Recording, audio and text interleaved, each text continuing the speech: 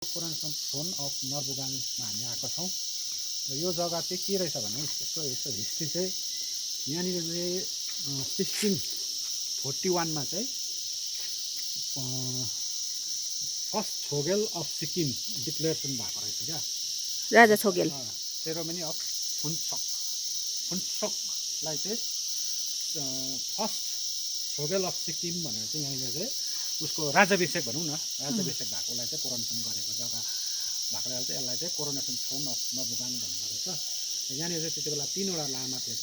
3वटा लामाले चाहिँ यसलाई चाहिँ यहाँ मुनिपट्टि चाहिँ एउटा लेक छ, त्यो लेक कार्थोक लेक है जग्गाको हामी त्यो लेकको पानी लिएर चाहिँ 3वटा लामाले चाहिँ त्यो जुन चाहिँ लामाहरू चाहिँ तिब्बतबाट आएका थिएछन् तिनीहरूको नामहरू डिटेल्समा त के अप्ठ्यारो नामहरू छ।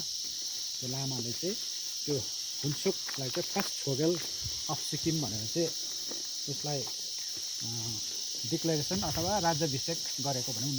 त्यही कारणले गर्दा यो जग्गालाई चाहिँ कोरोनेसन थ्रोन अफ सिक्किमको इतिहासको सुरुवात भनौँ न है लेखेको रहेछ।